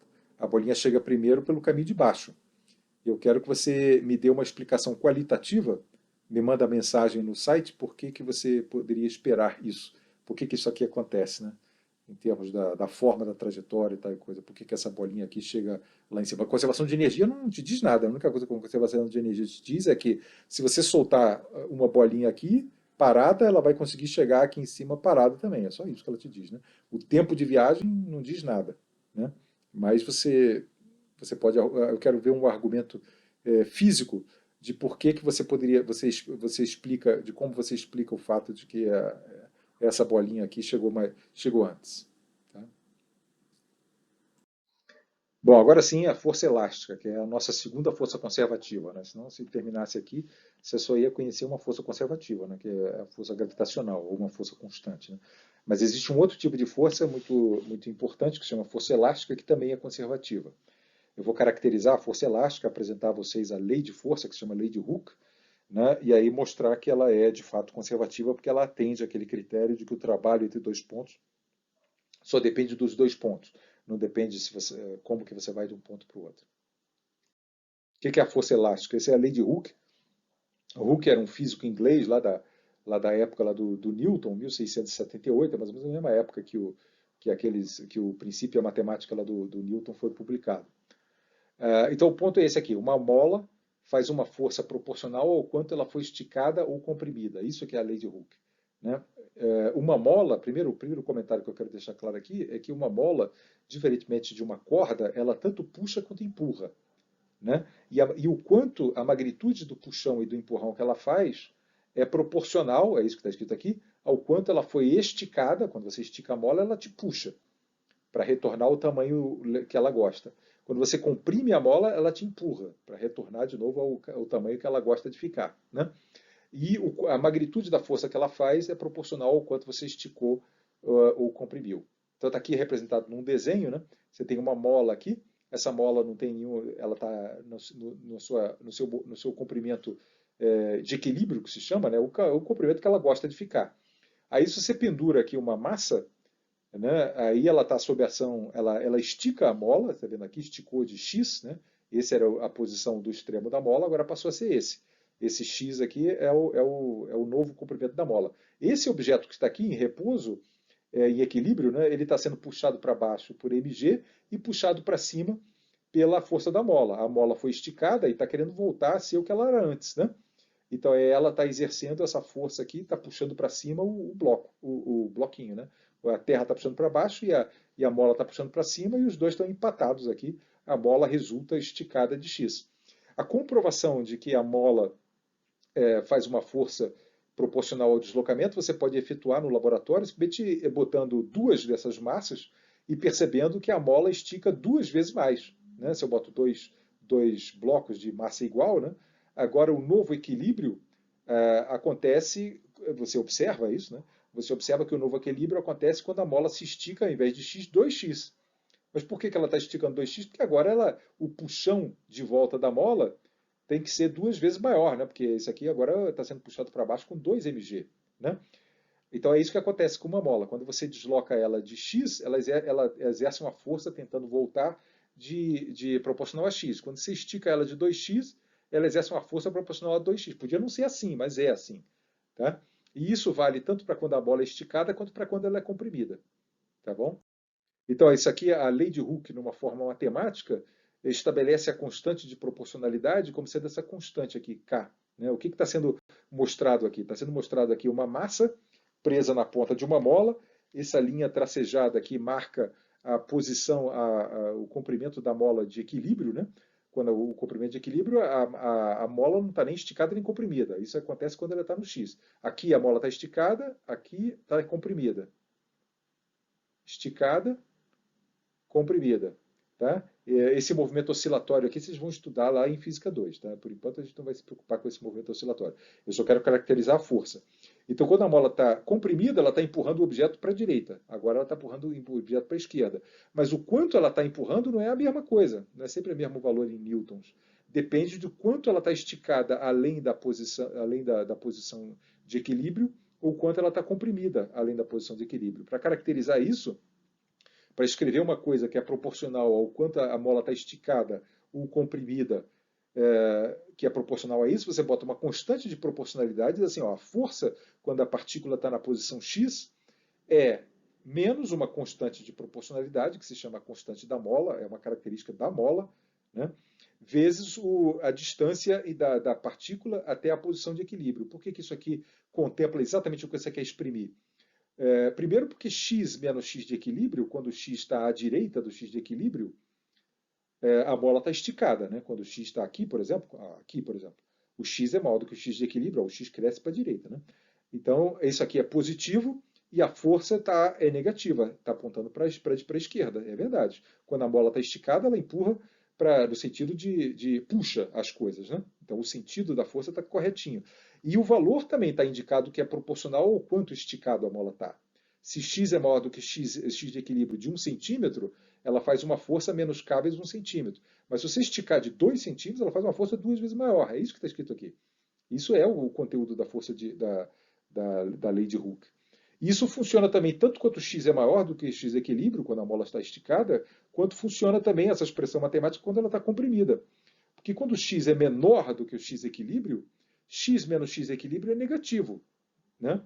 Junto com esse sinal menos ali, indica que a força é positiva.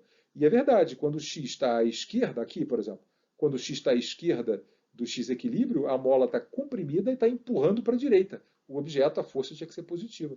E o fato de envolver uma constante de proporcionalidade e o x menos o x de equilíbrio, pelo menos o módulo disso, ser a magnitude da compressão da bola, faz com que você esteja de acordo com a equação de Hooke. É isso, que a lei de Hooke é isso. Você me fornece, você tem que conhecer que tipo de mola você tem que saber essa constante de mola, que no laboratório você consegue medir a magnitude dessa constante. Essa constante aqui tem unidades de Newton, tá vendo ali? Força é Newton, né?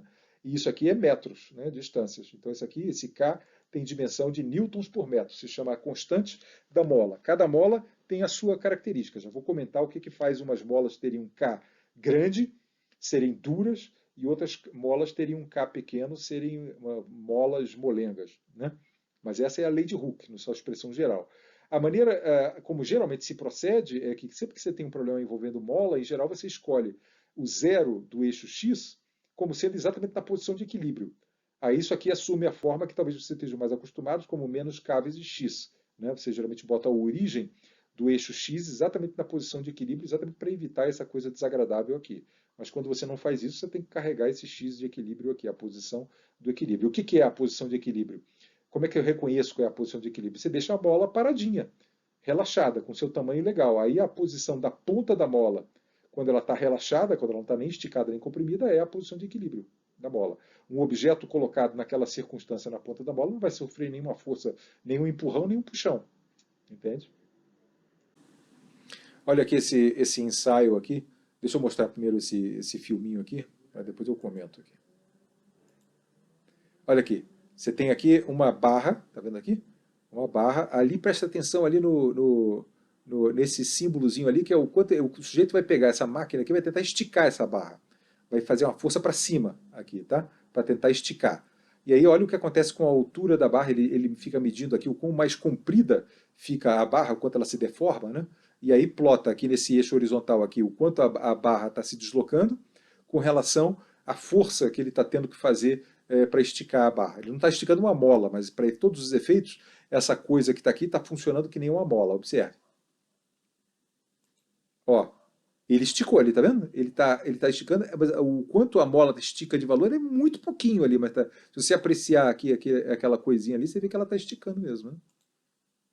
Ó, esticou, esticou, esticou. Até esse regime aqui, o quanto de força ele tem que fazer é proporcional ao quanto a mola está esticando. Em outras palavras, enquanto a barra está esticando. A barra está se comportando como se fosse uma mola. Entende? Vamos ver. Ó, esticou, esticou. Tá vendo ali? Agora ele vai relaxar, ó. Ele vai soltar ali, ó. Baixou, baixou, baixou e baixou a força. Ele esticou e depois desesticou até o comprimento normal. Esse é o comportamento do material, aqui do material feito dessa barra aqui, onde você diz que ele tem um comportamento elástico, que ele se comporta como se fosse uma mola. Obviamente uma mola, de fato, ele consegue esticar e comprimir muito mais, né? Mas essa barra aqui é como se fosse uma mola incrivelmente rígida, né? Para você fazer um deslocamento ali de 1 milímetro no tamanho da barra, ali, você tem que fazer uma força estúpida, né? Mas um material real acontece um fenômeno que é o fenômeno de ruptura, que as nossas molas aí que vão aparecer em mecânica nunca vão exibir, são molas ideais, né? Deixa eu só mostrar como que o material real se comporta lá. Ele vai esticar de novo, hein? Está esticando, ela está esticando, está esticando. A força ainda é proporcional ao quanto ele se desloca. Agora, opa, aconteceu alguma coisa estranha ali, tá vendo? Agora ele está fazendo menos força para obter deslocamentos maiores. O negócio agora, a barra já está se deformando. né? Yield strength é a força aonde ele deixa de ter um comportamento elástico, a mola, né? Você está esticando a mola além do regime elástico dela. Aí olha o que acontece. O que acontece agora, depois desse fenômeno aqui, agora o que aconteceu aqui quando a força veio meio que dobrou ali em cima? Significa que você não está tendo que fazer força nenhuma para ela esticar consideravelmente. A mola está esticando, a barra está esticando de graça aqui, quase, né? A força ali não está tendo que crescer proporcionalmente ao quanto ela está se deslocando, né? Essa é a maior força que você tem que fazer para se deslocar. Aí quando você continua a fazer força. Não, peraí, ele vai continuar a fazer força já já, peraí. Aí olha o que aconteceu aqui. Agora o troço tá se esticando, olha lá, o comprimento aqui continua aumentando, né? Mas a força agora está diminuindo. O que está acontecendo? Acontece esse fenômeno aqui que a barra começa a desenvolver um pescoço aqui, né? Aí você consegue esticar a barra com uma força menor do que ela tinha com um comprimento menor, entende? Isso é o efeito de início de ruptura. Ali está havendo uma deformação na estrutura molecular da barra, de tal maneira que esse comportamento aqui está acontecendo. Até que, ó, rompeu. Aí a força fratura. A esse ponto aqui o material fraturou. Entende? O regime elástico, propriamente, é esse regime linear aqui. Né? Força proporcional ao deslocamento. Né? Aqui ele está só esticando, eu sei, não está comprimindo. Né? Mas se você comprimisse o material, você ia ver um comportamento parecido. Então, as nossas molas são uns enrolamentos de uns arames que fazem com que esse regime elástico aqui prevaleça durante uns deslocamentos relativamente grandes a magnitude da constante de proporcionalidade entre a força e o deslocamento é muito mais modesto quando você faz esses enrolamentos de arames, muito mais modesto do que barras de material aqui. Né? Existem vários tipos de mola aqui, você está vendo aqui vários tipos aqui, alguns desses elásticos, molas de rotação e tal coisa, esse tipo de mola aqui de suspensão de automóvel, mola de trem e coisa e tal, né? Algumas molas só podem ser estendidas, que nem essa aqui, por exemplo, né? Onde o enrolamento aqui é tal que você não consegue comprimir isso aqui. Isso aqui é o comprimento de equilíbrio dela, né? Você só consegue esticar essa mola. Pela aplicação aí que ela é usada, possivelmente ela só vai ser esticada, né? O elástico é outra, né? O elástico você só consegue esticar. Né? O elástico, se você tentar comprimir, ele dobra, né? Não faz nenhum tipo de força. Esse tipo de mola aqui, onde tem um gapzinho entre os anéis, é que pode ser esticada e comprimida. Né? Isso aqui é uma mola de uma suspensão, né? De um trem ou de uma coisa assim. Tá?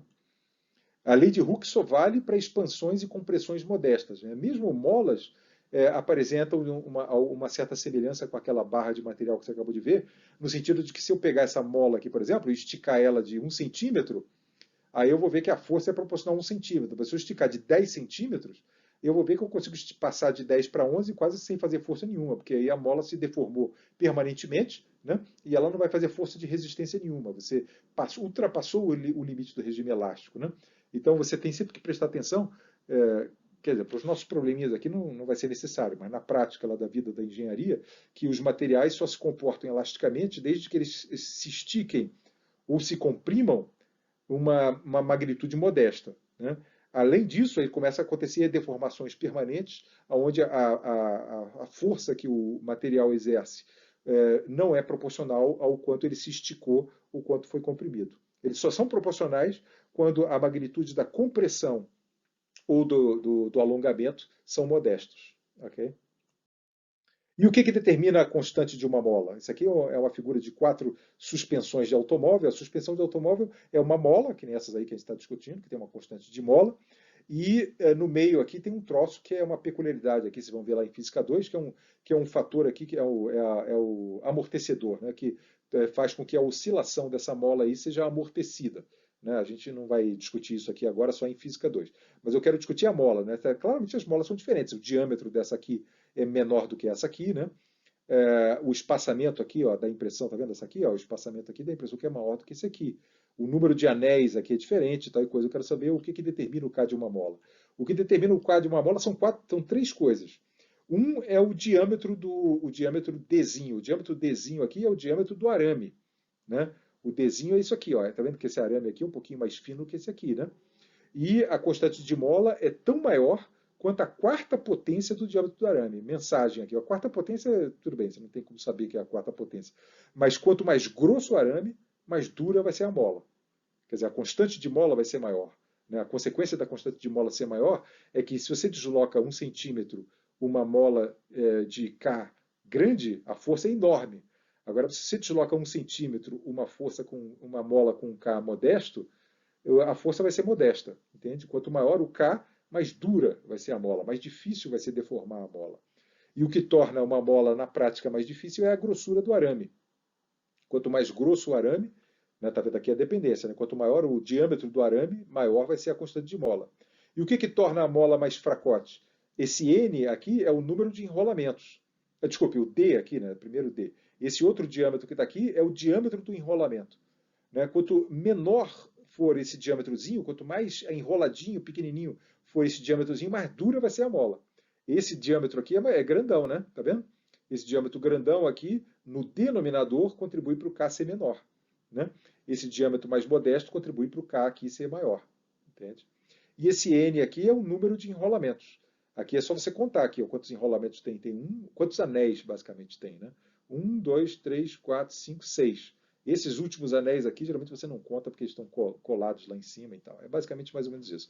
Então, o que ajuda a mola a ter uma constante grande, ela ser rígida, é o arame ser grosso e o diâmetro do enrolamento ser pequeno. Então, enrola a mola bem, bem enroladinho, com um raiozinho pequenininho, assim, tipo isso aqui, né? Ou isso aqui. Isso aqui não é bom. Se você quiser a mola com K grande, né? Às vezes você não quer, mas se você quiser a mola com K grande, faça isso aqui. Um Dzão pequeno. Né? Dzinho grande e Dzão pequeno. E enrole poucas vezes. Se você enrolar trocentas vezes aqui, você vai fazer o K, vai matar o K da sua mola.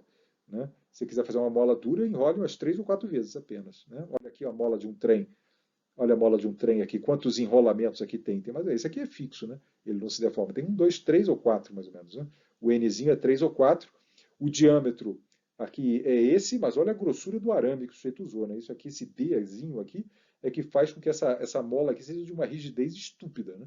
Absolutamente incrível. Né? Você pode até, medindo esses Ds aqui, tentar, sei lá, estimar aí bom, não dá para estimar porque ali era proporcional, né? Mas dá para comparar duas molas, né?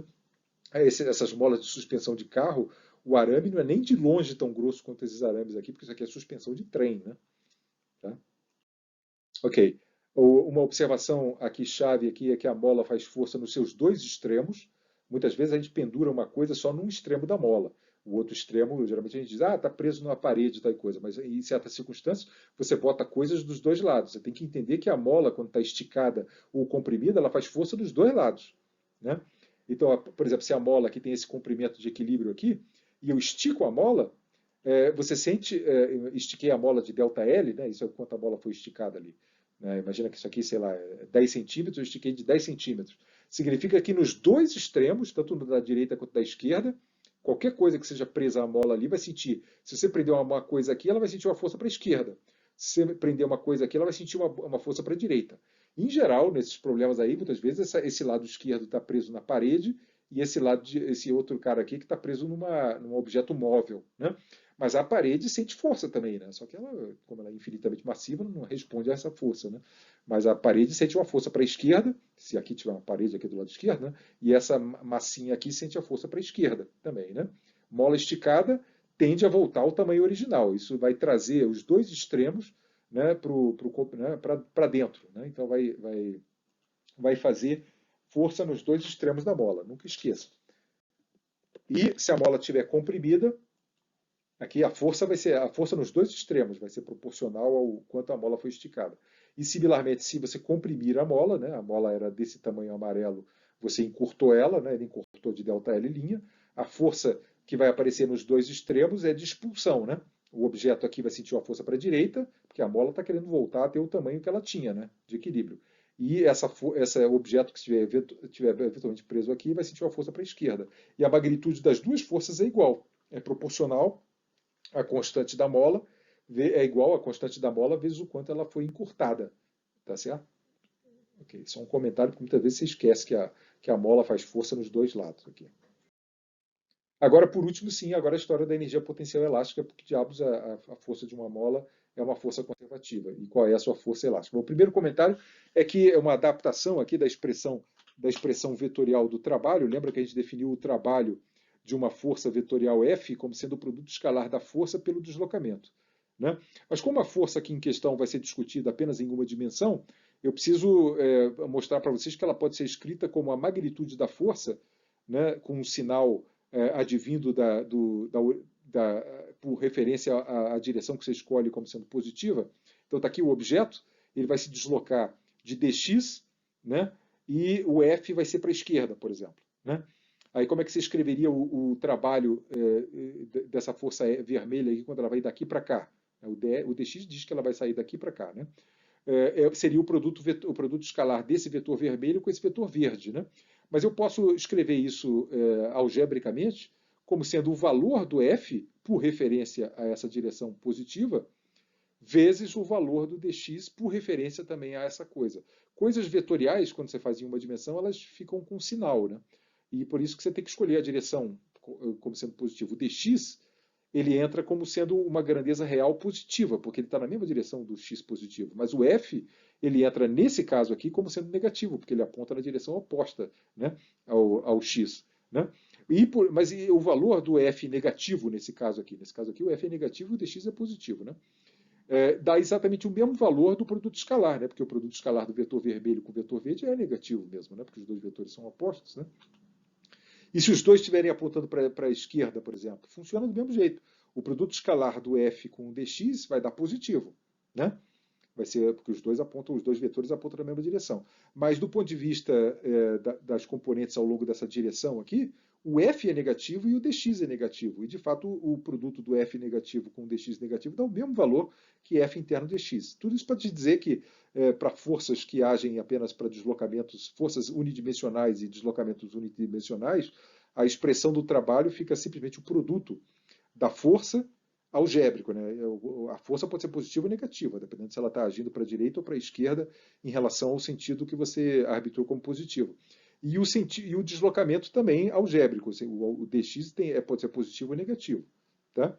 Mas ele pode ser expresso dessa forma. Você não precisa trabalhar com vetores, você pode trabalhar dessa forma. Né? Então tá bom. Então agora vamos fazer aqui o cálculo do trabalho da força de Hooke, né? Da lei de Hooke, para um deslocamento entre um ponto A, xa, né? E um ponto xb ao longo do eixo horizontal. Imagina que a partícula aqui está se deslocando no eixo horizontal, de um ponto A até um ponto B, e sob a ação de uma força elástica. Então eu tenho que escrever a expressão da força que a partícula está sentindo, a expressão algébrica, né? Que no caso aqui é menos kx. Está aqui, a força, no caso da força elástica, esse f de x é menos kx. Né? Se x for negativo, ele é positivo. Se x for positivo, ele é negativo. Tá? Ele dá o sentido direitinho. E o dx é o deslocamento. Né? Se ele estiver indo para a direita, para x crescente, ele é positivo. Se ele estiver indo para a esquerda, é negativo. Então você resultou que o trabalho virou, nesse caso aqui, uma integral unidimensional, uma integral das que vocês vão aprender lá em cálculo 1. Eu não espero que vocês saibam fazer isso aqui, mas eu só quero salientar aqui que integral é simplesmente o problema inverso da derivação. O teorema fundamental do cálculo diz para vocês que, para você saber quanto vale essa integral de xa, da posição xa, até a posição xb de menos kx dx, você tem que primeiro responder a pergunta qual é a função de x cuja derivada fornece menos kx. A resposta a essa pergunta, que função a derivada da menos kx, é exatamente menos 1 meio de kx2. Né? Menos 1 meio de kx2 é a função cuja derivada dá menos kx. Então, o teorema fundamental do cálculo diz que você tem que avaliar essa função, que se chama a primitiva da função do integrando. O integrando é menos kx. A função cuja derivada dá menos kx se chama a função primitiva dela. Né?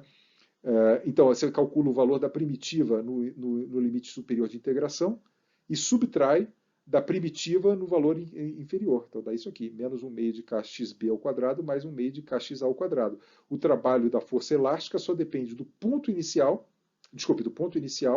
e do ponto final. Por comparação com a expressão genérica que define o que é a energia potencial de uma força conservativa, você compara isso aqui Com isso aqui, você lê imediatamente quem é a energia potencial da força elástica. 1/2 de kxa ao quadrado é identificado como sendo isso. E esse 1/2 de kxb ao quadrado é identificado como isso. Então você conclui que a força elástica menos kx é conservativa sim. O trabalho só depende dos pontos inicial e final. E eu li aqui, ao proceder ao cálculo do trabalho, eu consegui identificar que a energia potencial elástica se escreve como 1/2 da constante de mola vezes x ao quadrado. Ok? Isso escrevendo a energia elástica como menos kx. Né? Se você quiser escrever no caso geral, lá, porque você sadisticamente lá resolveu, masoquisticamente resolveu escolher o x de equilíbrio não estando, o zero não sendo no x de equilíbrio, aí a força elástica se escreve como menos kx menos x de equilíbrio, né? E aí a energia potencial elástica fica dessa forma aqui. Tá? Esse é o caso mais geral. O caso anterior é o caso onde você faz o que todo mundo faz, né? Bota a origem do eixo x como sendo na posição de x de equilíbrio. Então isso aqui some, vira menos kx, né? A força de Hooke é menos k vezes x, e a energia potencial, quando o x de equilíbrio é escolhido como sendo zero, né? Vira 1/2 de kx2. Só para você entender aqui, se essa é a posição, está aqui o eixo x, e essa é a posição do x de equilíbrio, né? Nessa circunstância aqui, a mola está relaxada, né? Não tem energia elástica nenhuma. A posição x a que se refere isso aqui seria a posição x de um objeto que estivesse aqui. Né? Esse objeto está exatamente em x de equilíbrio. Então, x menos x de equilíbrio é zero, não há energia elástica. A mola está relaxada, ela não tem acumulada nenhuma energia elástica. Aqui a mola está comprimida. O objeto, o x aqui em questão dessa expressão aqui, seria esse x negativo aqui, né? Menos d. Seria xeq menos d, né? Seria essa posição aqui. Né? Xeq menos d seria essa posição. Qual é a energia potencial da mola nessa circunstância? Seria igual a mola está comprimida, seria 1/2 de k d ao quadrado sobre 2. 1/2 de k d ao quadrado. Né? Mola comprimida tem energia elástica positiva. E mola esticada, né? O x aqui que você colocaria, o x menos xeq aqui no caso é dzão, né? A energia da mola esticada é 1/2 de k d ao quadrado. Então a energia elástica é sempre positiva, como você está vendo aqui, é diferente do mgz, né, da gravidade, que o z, se o z for negativo, ela é negativa. Né? Essa energia aqui ela é sempre positiva. E ela existe sempre que a mola estiver comprimida e sempre que ela estiver esticada. E o valor dela é 1/2 de k vezes o quanto ela estiver esticada ou o quanto ela estiver comprimida.